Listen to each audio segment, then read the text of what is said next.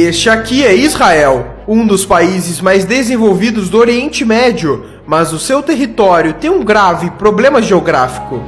Começando pelas suas fronteiras, o país é totalmente cercado por nações que já o atacaram no passado, sendo o Egito na fronteira sul, a Jordânia no leste e ao norte o Líbano e a Síria. Além disso, existem países declaradamente inimigos de Israel, como o Irã, que mesmo não fazendo fronteira já ameaçou o país diversas vezes, além da Arábia Saudita, Iraque, Argélia, Líbia, Kuwait e o Sudão, que também já foram inimigos do país. Isso sem falar dos conflitos internos que acontecem com a Palestina na faixa de Gaza e na Cisjordânia. E um dos motivos para isso acontecer é que todo esse território é muito estratégico, dado que aqui temos o Levante, uma região que se estende desde o Oriente Médio até o sul dos Montes Tauro na Turquia, sendo limitado a oeste pelo Mar Mediterrâneo e a leste pelo deserto da Arábia e da Mesopotâmia. Essa área conecta o norte da África ao Oriente Médio, sendo requisitada por interesses logísticos e militares de diversas potências. E o outro motivo de ser uma área de conflitos é pela questão religiosa, já que Israel concentra alguns dos principais centros históricos para o judaísmo, islamismo e o cristianismo. Para se ter uma noção, nos países ao redor de Israel, em média 94% da população é islâmica, enquanto em Israel 82% é judaica. E para entendermos mais a fundo o problema geográfico de Israel, temos que olhar a sua história.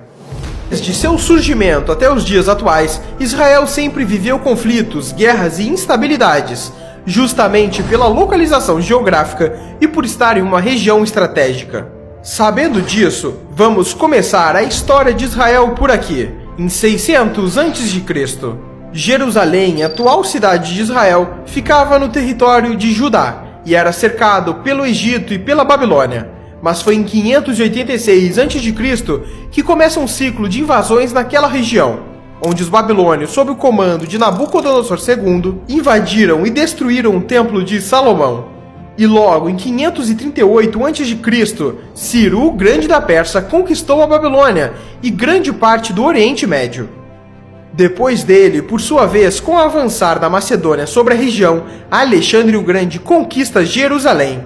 E esse ciclo continua, com a atual região de Israel sendo dominada por Roma e outras diversas potências estrangeiras, com destaque para os reinos europeus durante as Cruzadas, que tiveram motivos principalmente religiosos e demarcaram a disputa entre cristãos e muçulmanos, que ocorre até hoje. Mas foi só em 1948, com a saída dos britânicos, que Israel proclamou sua independência. Mas ao fazer isso, países árabes como Egito, Jordânia, Síria, Líbano e Iraque não poderiam ver um Estado judeu no Oriente Médio e invadiram o país por todas as suas fronteiras, começando assim a Guerra Árabe-Israelense. E o Estado judeu, mesmo com tantos inimigos, venceu essa guerra, além da Guerra do Sinai em 1956, Guerra dos 6 Dias em 1967, Guerra do Atrito em 1970, além da Guerra do Yom Kippur e tantas outras que ocorreram, com Israel vencendo todas elas. E isso acontece em grande parte pela estratégia israelense de defesa, que por problemas geográficos e por ser um país pequeno e com pouco território, Israel não pode se dar ao luxo de recuar de seus inimigos, já que estaria entregando seu próprio território para os mesmos. Basicamente, a estratégia se dá da seguinte maneira: a primeira etapa é avançar sobre território inimigo no momento que eles menos esperam, e depois, enquanto uma linha avança diretamente em direção ao inimigo de forma rápida, uma ou mais linhas de ataque se dão pelas extremidades de forma a avançar mais rápido ainda, cercando o inimigo e não o deixando penetrar em seu território. Em exemplos históricos, na Guerra dos 6 Dias, Israel estava cercado por inimigos. Então, durante a madrugada do primeiro dia de guerra, 178 caças israelenses levantaram voo e atacaram bases aéreas no interior do Egito, antes que os caças egípcios atacassem no dia seguinte.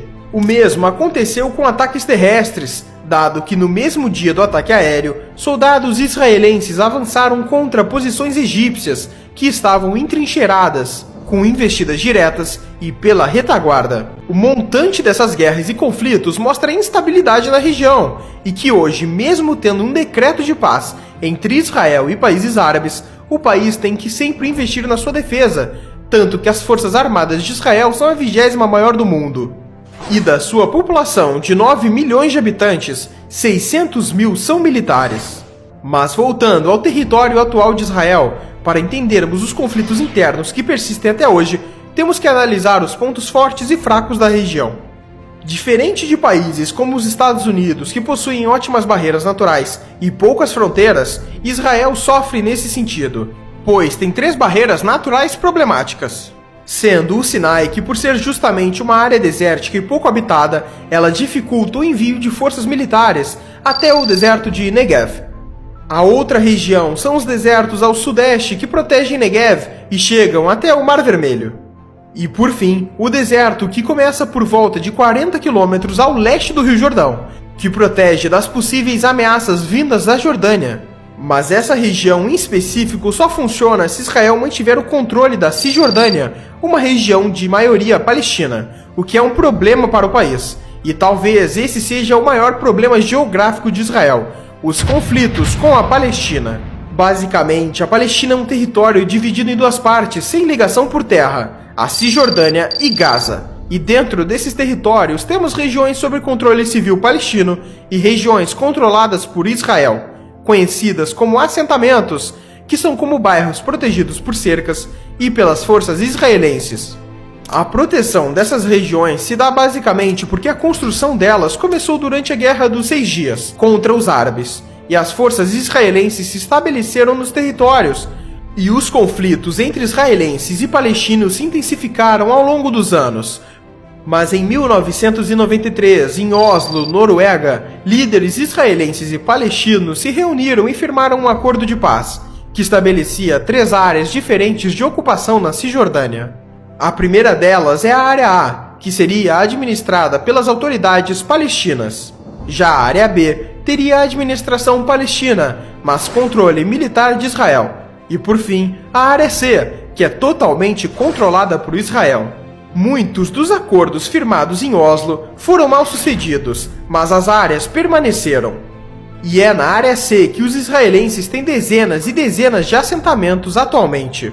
Já a faixa de Gaza também é um território preocupante, pois é uma região densamente povoada, onde muitos refugiados palestinos se instalaram. E nela a quantidade e a recorrência de conflitos entre palestinos e israelenses é ainda maior. E foi por esse conjunto de fatores que em 2002 os israelenses começaram a construção de um muro que se estende por todo o território entre Israel e a Cisjordânia.